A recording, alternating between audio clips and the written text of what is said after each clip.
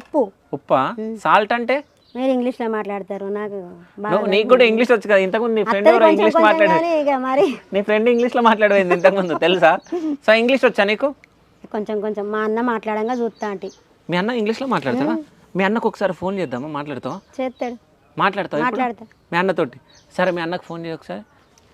ఆమె దగ్గరనే ఉంది ఫోన్, నాకెక్కడిది? అంటే నీ బిడ్డ దగ్గరనే ఉందా ఫోను? ఓకే, నీ దగ్గర ఫోన్ లేదా? ఇక నాకు ఇస్తుంది నాదే, కానీ ఇక ఆమె ఉన్నంతసేపు ఆమెనే మాట్లాడమంట. ఓకే, సో ఇప్పుడు మీ అన్నతోటి ఇంగ్లీష్లో మాట్లాడు సరే. నవ్వుతాడు. నవ్వుతాడా?